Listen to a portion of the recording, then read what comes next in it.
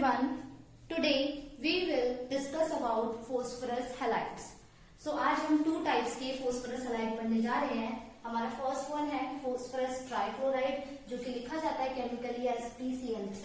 हमारा second phosphorus का halide है phosphorus पेंटाक्लोराइड जो कि केमिकली लिखा जाता है in the form of PCl5.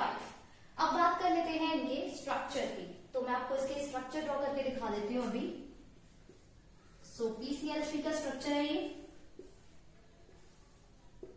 ठीक है. This is the structure of the PCl3.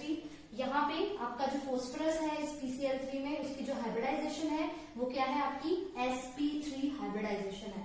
बात करें इसके शेप की तो according to VSEPR theory shape आपकी सिर्फ और सिर्फ बॉन्ड पेयर पर डिपेंड करती है, लोन पेयर पर डिपेंड नहीं करती है. तो जो इसकी शेप होगी वो कैसी होगी, आपकी पिरामिडल. ठीक है, तो इसकी जो शेप है वो क्या है, आपकी पिरामिडल है. और इसकी जो हाइब्रिडाइजेशन है वो क्या है, आपकी sp3 है. अब आ जाते हैं फोस्फरस पेंटाक्लोराइड के स्ट्रक्चर पे. आपका जो फोस्फरस पेंटाक्लोराइड है उसका स्ट्रक्चर किस तरीके से बनता है, वी विल सी. ये बनता है आपका कुछ इस तरीके से, ठीक है. और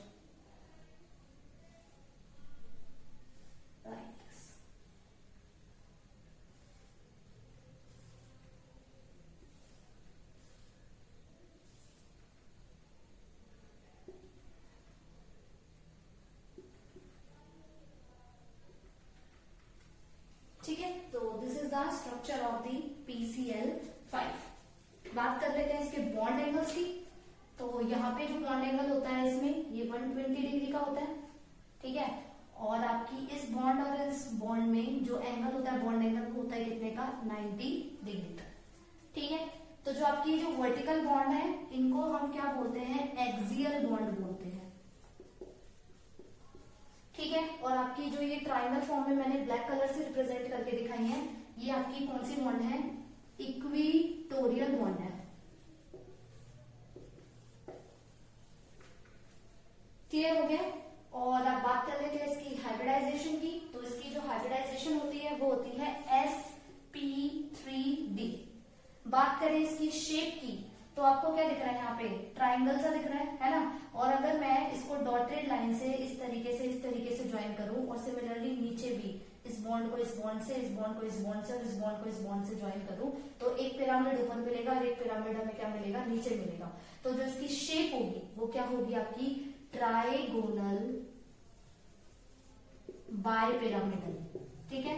ट्राइगोनल बाय पिरामिडल इसकी क्या होगी, शेप होगी. ट्राइगोनल इसकी वजह से, और एक पिरामिड ऊपर बनेगा और एक पिरामिड नीचे बनेगा तो इसकी शेप क्या हो जाएगी, आपकी ट्राइगोनल बाय पिरामिडल.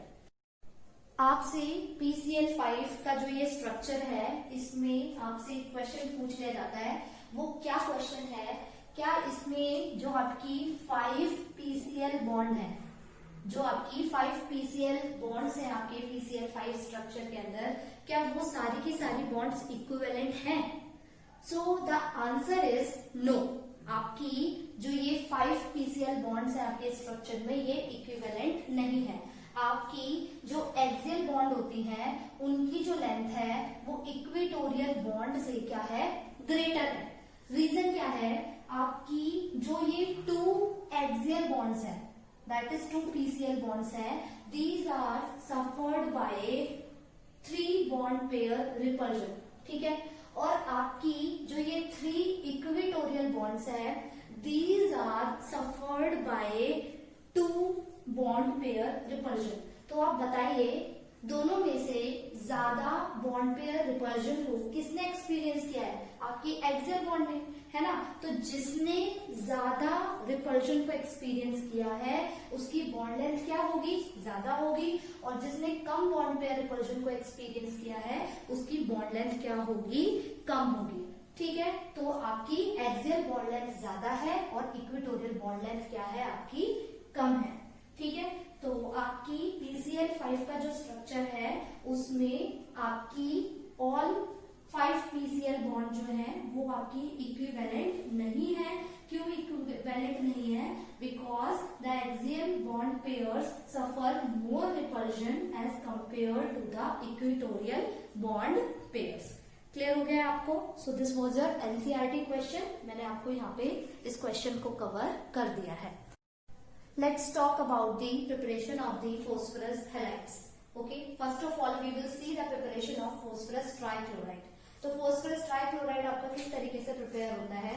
आपने क्या करना है, आपने व्हाइट फॉस्फरस लेना है, ठीक है। इस व्हाइट फॉस्फरस को आपने ड्राई क्लोरीन गैस के साथ क्या कराना है, रिएक्ट कराना है। जब आप इसे ड्राई क्लोरीन गैस के साथ रिएक्ट कराएंगे तो आपको क्या मिल जाएगा, यहाँ पे PCl3। क्या मिल जाएगा आपको? PCl3। इसको बैलेंस कर देते हैं। So this is how it will be balanced. So whenever white phosphorus is treated with the dry chlorine gas, it forms PCl3, phosphorus trichloride। ठीक है, एक और इसकी प्रिपरेशन देख लेते हैं, सेकंड प्रिपरेशन। तो सेकेंडली आप इसे कैसे प्रिपेयर कर सकते हो, आपने यहाँ पे भी व्हाइट फॉस्फरस ही लेना है, ठीक है। यहाँ पे भी आपने व्हाइट फॉस्फरस ही लेना है और इसको रिएक्ट कराना है थाइनिल क्लोराइड के साथ। थाइनिल क्लोराइड क्या होता है आपका? SOCl2, ठीक है। जब आप इसे थाइनिल क्लोराइड के साथ ट्रीट कराएंगे तो आपको क्या मिलेगा, आपको PCl3 मिलेगा, ठीक है। प्लस में आपको क्या मिलेगा, SO2 मिलेगा और प्लस में आपको क्या मिलेगा, S2Cl2 मिलेगा, ठीक है। So this is the preparation of the phosphorus trichloride. I hope आपको अच्छे से क्लियर हो गई होगी। अब फॉस्फरस पेंटाक्लोराइड की प्रिपरेशन देख लेते हैं। तो आपका फॉस्फरस पेंटाक्लोराइड किस तरीके से आपका जो है प्रिपेयर होता है? तो फर्स्ट प्रिपरेशन आपकी सेम है फॉस्फरस ट्राइक्लोराइड की प्रिपरेशन के जैसे। आपने करना क्या है, आपने यहाँ भी व्हाइट फॉस्फरस लेना है, ठीक है। कौन सा फॉस्फरस लेना है? यहाँ भी आपको व्हाइट फॉस्फरस लेना है और आपने इस फॉस्फरस को क्या करना है, एक्सेस ड्राई क्लोरीन गैस के साथ क्या कराना है, रिएक्ट कराना है, ठीक है। आपने जो यहाँ पे क्लोरीन गैस लेनी है, ड्राई क्लोरीन गैस, वो किस में लेनी है, आपने एक्सेस में लेनी है। तो जब आप इसको एक्सेस ड्राई क्लोरीन गैस से व्हाइट फॉस्फरस को रिएक्ट कराएंगे तो आपको क्या मिल जाएगा, PCl5, ठीक है। इसको बैलेंस कर दो, ठीक है। सो ये आपका प्रिपरेशन, फर्स्ट प्रिपरेशन हो गई है किसकी, फॉस्फरस पेंटाक्लोराइड की। अब आपको इसे ट्रीट कराना है किसके साथ, SO2Cl2 के साथ। आपने अगेन व्हाइट फॉस्फरस ही लेना है, ठीक है, और उसे ट्रीट कराना है किसके साथ, SO2Cl2 के साथ। इसको सल्फ्यूरिल क्लोराइड बोलते हैं, ठीक है। This is your sulphuryl chloride. तो जब आप व्हाइट फॉस्फरस को SO2Cl2 के साथ ट्रीट कराएंगे तो आपको क्या मिल जाएगा, यहाँ पे PCl5 मिल जाएगा और प्लस में क्या मिल जाएगा, SO2 मिल जाएगा, ठीक है। So this is the preparation of phosphorus trichloride and pentachloride. तो एक प्रिपरेशन आपकी इन दोनों की सेम है। अगर आप व्हाइट फॉस्फरस को रिएक्ट करा रहे हो limited amount of chlorine gas के साथ तो आपको PCl3 मिल रहा है। लेकिन अगर आपने जो ड्राई क्लोरीन गैस है, अगर आपने उसको एक्सेस कर दिया, तो अगर आप एक्सेस में ड्राई क्लोरीन गैस को व्हाइट फॉस्फरस के साथ क्या कराओगे, रिएक्ट कराओगे, तो आपको PCl5 मिल जाएगा PCl3 की बजाय। तो ये चीज आप ध्यान रखना, ठीक है। यहाँ पे एक और चीज नोट करने वाली है, आपका यहाँ पे थाइनिल क्लोराइड है, SOCl2 है, और यहाँ पे आपका क्या है, सल्फ्यूरिल क्लोराइड है, SO2Cl2 है। तो अगर आप व्हाइट फॉस्फरस को थाइनिल क्लोराइड यानी कि SOCl2 के साथ ट्रीट करा रहे हैं तो PCl3 मिलेगा। लेकिन अगर आप SO2Cl2 के साथ व्हाइट फॉस्फरस को रिएक्ट कराएंगे तब आपको क्या मिलेगा, PCl5 मिलेगा। So these are the preparation. Let's study the properties of the phosphorus halides. तो सबसे पहले हम फॉस्फरस ट्राइक्लोराइड की प्रॉपर्टी को पढ़ने जा रहे हैं। तो हमारी फॉस्फरस ट्राइक्लोराइड की फर्स्ट प्रॉपर्टी क्या है, it is a colourless oily liquid and hydrolyses in moisture, ठीक है। ये क्या है, आपका कलरलेस ऑयली लिक्विड है और ये मॉइस्चर में क्या हो जाता है, आपका हाइड्रोलाइज हो जाता है। तो आपको क्या रिएक्शन मिलेगी वाटर के साथ इस PCl3 की, हम देख लेते हैं अभी। तो PCl3 को जब भी आप वाटर के साथ रिएक्ट कराओगे तो ये हाइड्रोलाइज हो जाएगा और क्या फॉर्म करेगा, आपका H3PO3 प्लस में HCl, ठीक है। सो ये आपकी फर्स्ट प्रॉपर्टी थी इसकी PCl3 की। तो इसमें क्वेश्चन भी पूछा गया है, why does PCl3 fume in moisture, ठीक है। क्वेश्चन क्या है, why does PCl3 fume in moisture? ठीक है। तो PCl3 मॉइस्चर के अंदर, मॉइस्चर मतलब वाटर की प्रेजेंस है ना, तो मॉइस्चर में PCl3 फ्यूम क्यों करती है? Due to the formation of this HCl gas. ठीक है, आपकी जो ये HCl गैस है इसकी फॉर्मेशन की वजह से आपकी जो PCl3 है मॉइस्चर के अंदर क्या करती है? फ्यूम्स देती है, और वो फ्यूम्स आपके कौन सी गैस के होते हैं? आपके HCl गैस के होते हैं। तो ये भी आपका एनसीईआरटी का ही क्वेश्चन था कि why does PCl3 fume in moisture. तो आप उसमें ये रिएक्शन लिख के दिखा दीजिए, और वो फ्यूम्स आपके किसके होंगे? HCl गैस के होंगे। ओके, इसकी जो नेक्स्ट प्रॉपर्टी है, it reacts with organic compounds containing OH group. ये क्या करती है? ये ऑर्गेनिक कंपाउंड्स के साथ रिएक्ट करती है। ऐसे ऑर्गेनिक कंपाउंड जिनके अंदर कौन से ग्रुप प्रेजेंट हो? OH ग्रुप प्रेजेंट हो। जैसे कि आपका CH3COH, इसमें भी आपका OH प्रेजेंट है। C2H5OH, इसमें भी आपका OH प्रेजेंट है। तो ये ऐसे ग्रुप्स के साथ क्या करती है? रिएक्ट करती है, और उनके क्या फॉर्म कर देती है? क्लोराइड्स फॉर्म कर देती है। जैसे कि मैं अगर आपको यहाँ पे ये इसके लिए रिएक्शन लिखकर दिखाऊं, सो रिएक्शन कैसी होगी आपकी, ये ध्यान से देखिएगा। CH3COH के साथ मैं पहले आपको रिएक्शन लिखकर दिखा रही हूँ। CH3COOH, ठीक है, आपने CH3COH लिया, इसके साथ आपने क्या लिया? PCl3। तो आपको एक चीज तो रिलीज यहाँ पे होगी, वो क्या है? आपकी H3PO3। वो तो आप मान लो कि आपको निकाल के दिखानी ही है, ठीक है। प्लस में ये इसका क्या फॉर्म कर देगा? क्लोराइड फॉर्म कर देगा। ये क्या करेगा? इसका OH यहाँ से रिमूव कर देगा और फॉर्म कर देगा CH3COCl। क्लियर हो गया? सिमिलरली अब C2H5OH के लिए भी देख लीजिए। C2H5OH जब आपका PCl3 के साथ रिएक्ट करेगा तो आपका H3PO3 तो यहाँ फॉर्म होना ही है, उसके साथ आपका होगा क्या? इस OH की जगह पे क्या आ जाएगा? फ्लोरीन आ जाएगा।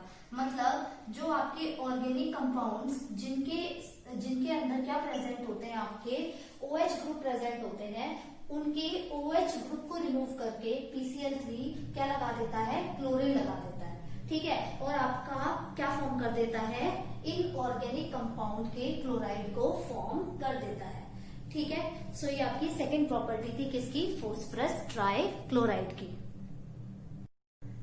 हमारा नेक्स्ट जो हैलाइड है वो क्या है? Phosphorus pentachloride. अब हम उसकी प्रॉपर्टीज को डिस्कस करेंगे, ठीक है।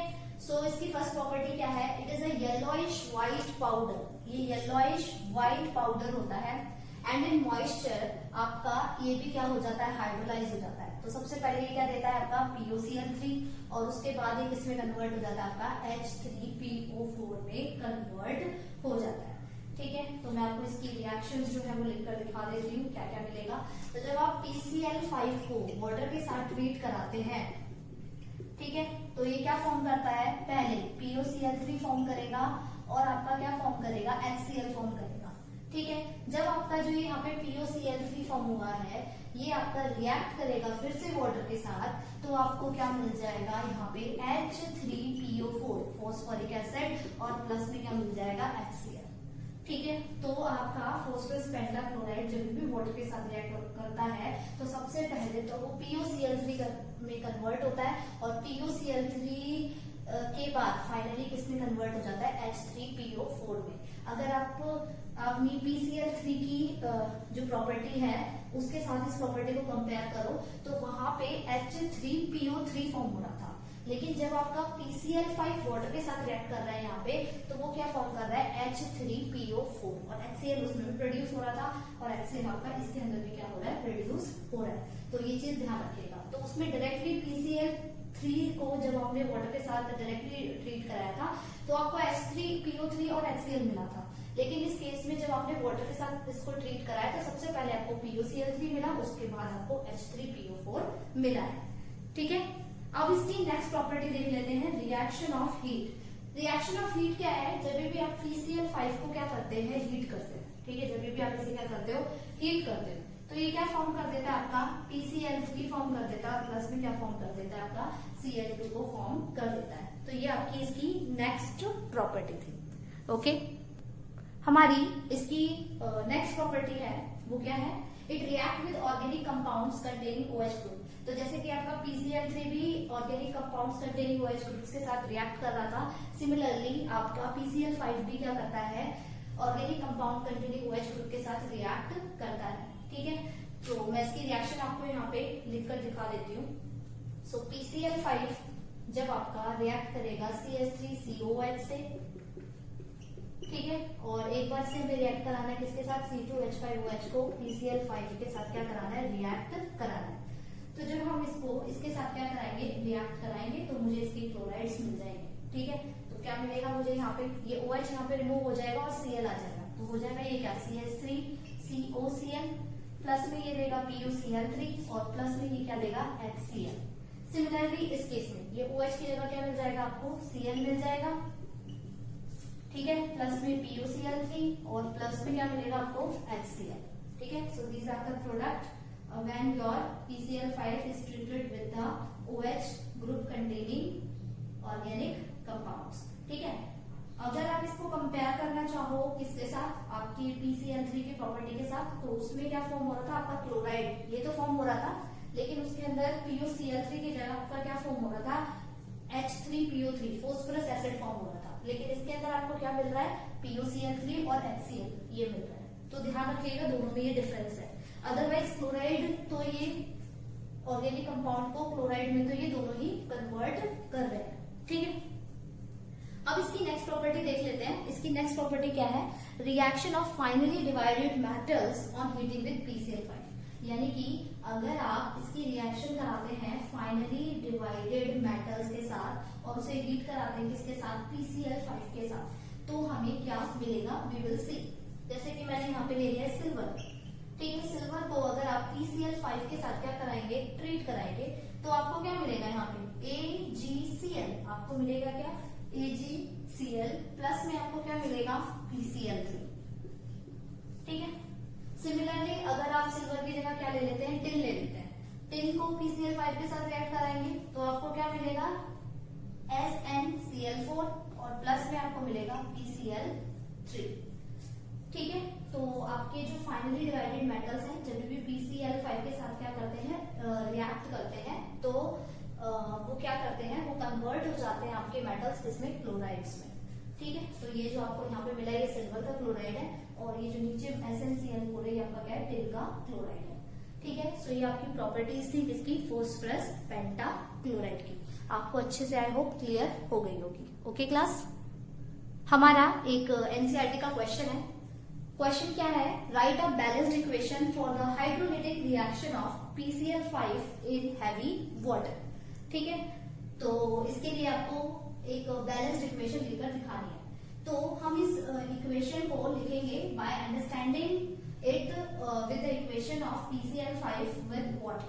तो अगर आपको याद हो, जब आपका PCl5 वाटर के साथ क्या हो रहा था, रिएक्ट हो रहा था, तो वो क्या फॉर्म कर रहा था, सबसे पहले POCl3, है ना, और प्लस में क्या फॉर्म कर रहा था, HCl।